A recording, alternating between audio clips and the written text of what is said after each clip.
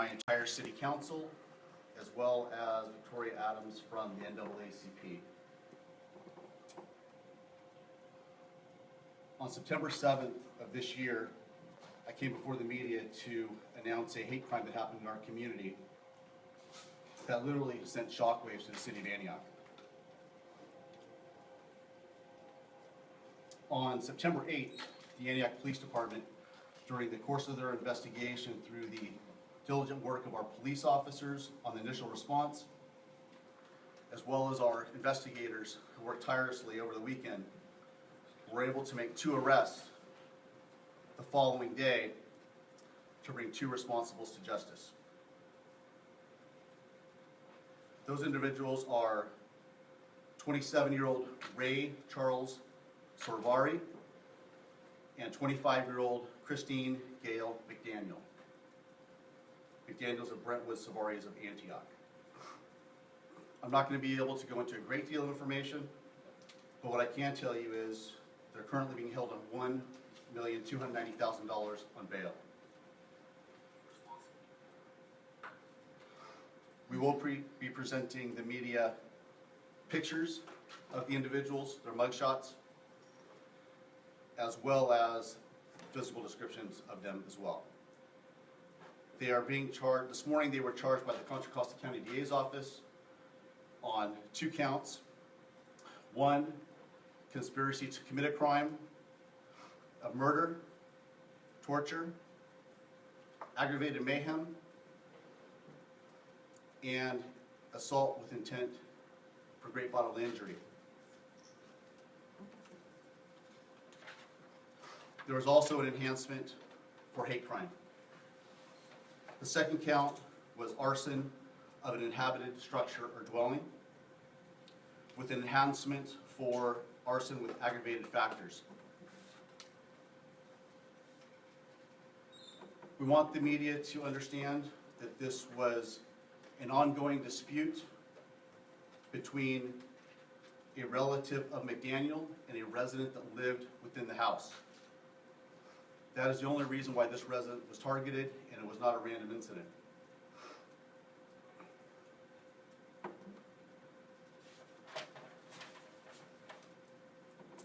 At this time, we'd like to thank the Contra Costa County Fire Department for their team effort, the DA's office for the appropriate filing of these charges.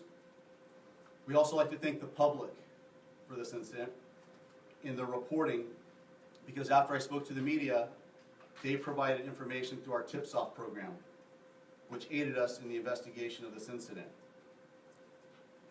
I would also like to thank the support of my city council for keeping a distance while the police department investigated this incident, as well as the support from the NAACP as we work diligently to bring these responsibles to justice.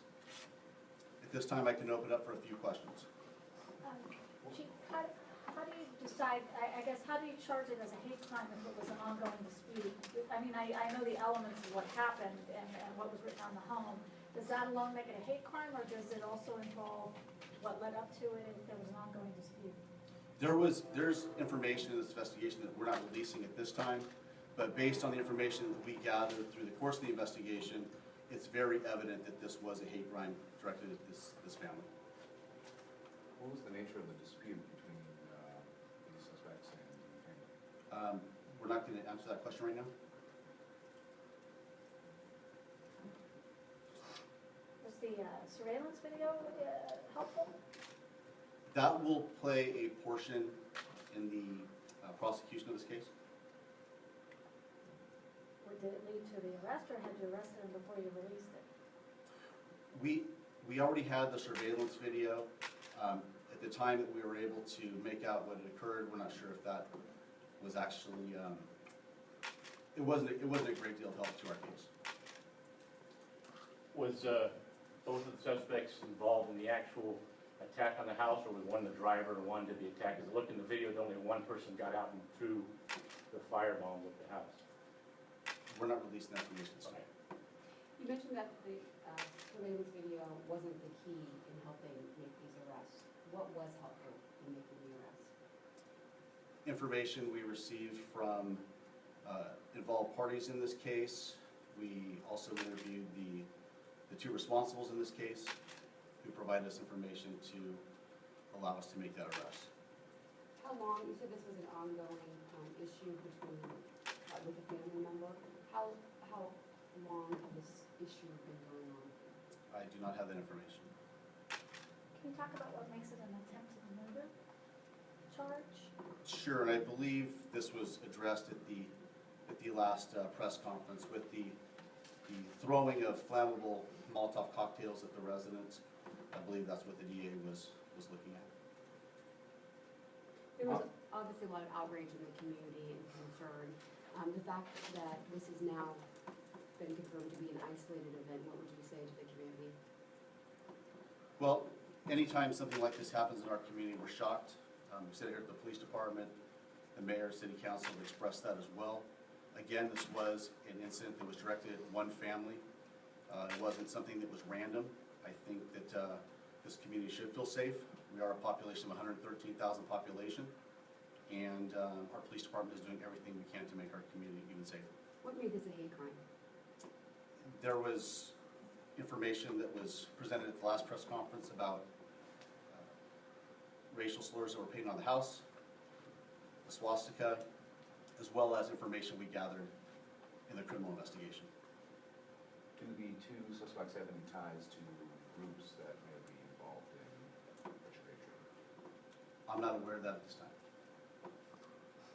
Can you spell the name of the two suspects?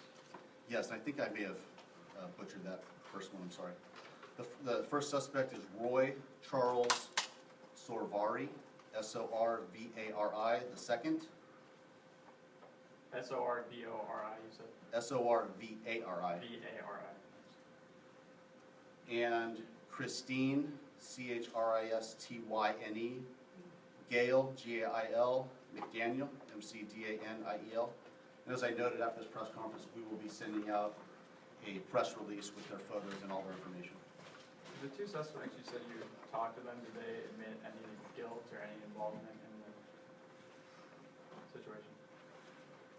At this time, they made some statements that led us to the arrest. We're not going to get into particulars.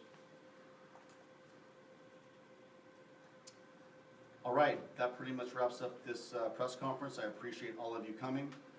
Please look forward for your press release for the pictures of these individuals.